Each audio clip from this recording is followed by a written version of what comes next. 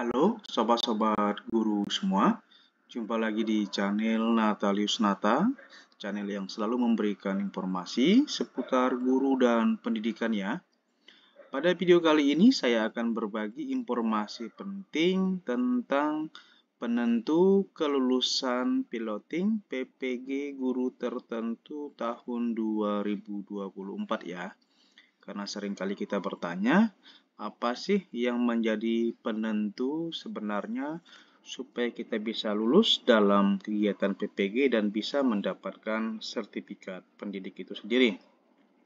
Tapi sebelum lanjut, sobat-sobat guru semua, jangan lupa ya untuk mendukung channel ini dengan cara subscribe-nya, bunyikan lonceng notifikasi, kemudian berikan jempol, tuliskan komentar Anda, dan bagikan video ini.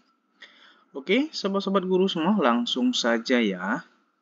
Pertama-tama, saya akan memberikan sedikit dulu gambaran tentang PPG tahun sebelumnya ya. Nah, pada saat PPG dalam jabatan atau daljab yang dilaksanakan sebelumnya, itu penentuan kelulusan adalah disebut dengan UKM PPG atau Ujian Kompetensi Mahasiswa Program Profesi Guru ya.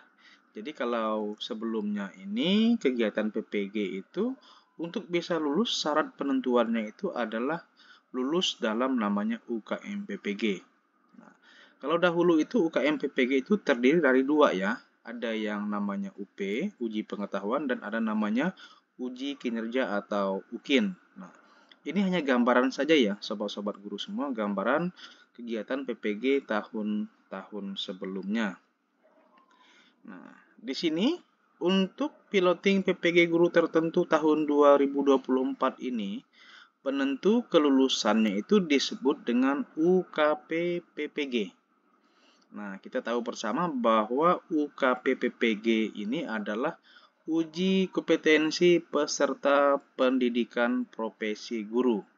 Jadi hampir sama ya, kalau dulu tuh namanya UKM PPG, kalau sekarang disebut dengan UKP PPG. Nah, kita lihat lagi yang berikutnya.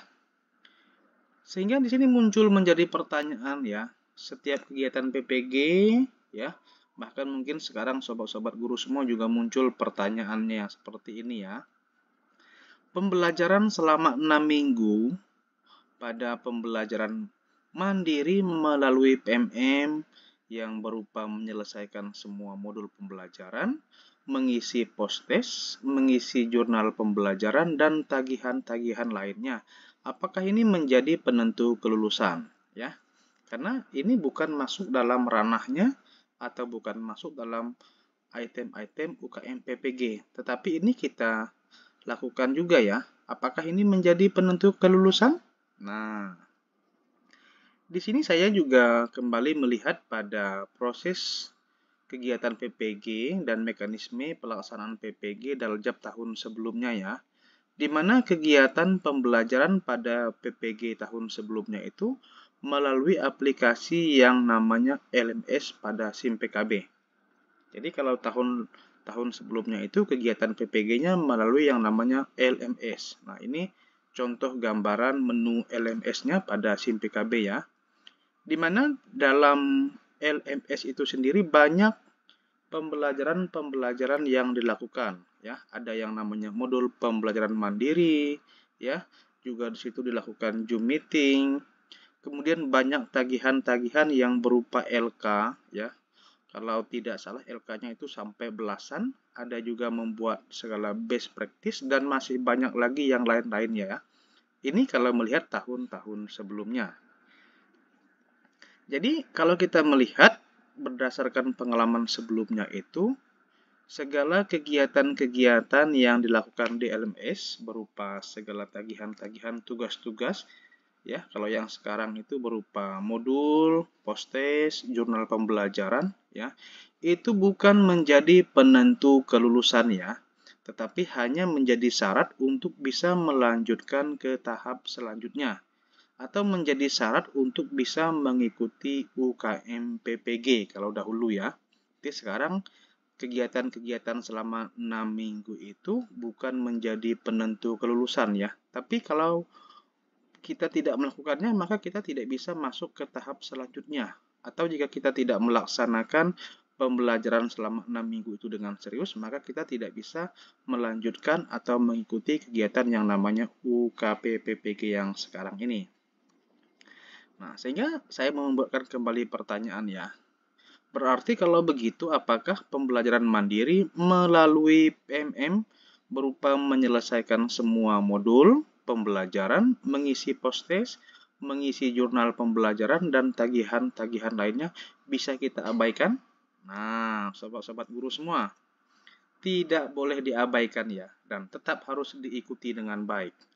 Jangan sampai selama pembelajaran mandiri kita selama 6 minggu di aplikasi pada LMS di PMM tidak diikuti dengan baik, itu berbahaya sekali ya sobat-sobat guru semua, bisa menyebabkan kita tidak lulus ya. Karena apa?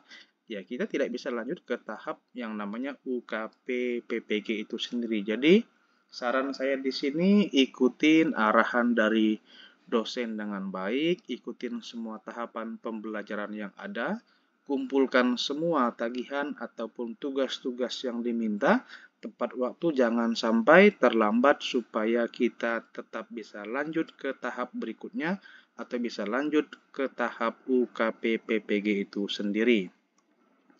Nah, di sini ya, berikut ini ada penjelasan penentu kelulusan PPG piloting guru tertentu ya. Jadi di sini saya membuatkannya berdasarkan Permendikbudristek nomor 19 tahun 2024. Nah, saya yakin di sini sobat-sobat guru semua juga sudah mendapatkan materi tentang ini ya. Nah, kita lihat apa saja penentu kelulusan untuk PPG piloting guru tertentu berdasarkan aturan ini.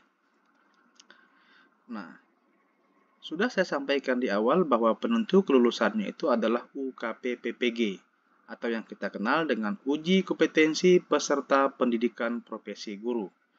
Nah, kalau dahulu tadi saya sudah sampaikan penentu kelulusannya juga disebut dengan UKM PPG yang terdiri dari UP dan UKIN. Nah, untuk kegiatan PPG, piloting guru tertentu tahun 2024 ini, penentu kelulusannya ada dua.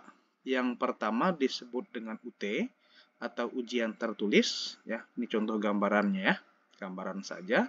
Kemudian ada yang namanya UKIN, ujian kinerja ya. Ada video dan perangkat pembelajaran. Saya jelaskan terkait dengan dua ini, kita lihat kembali.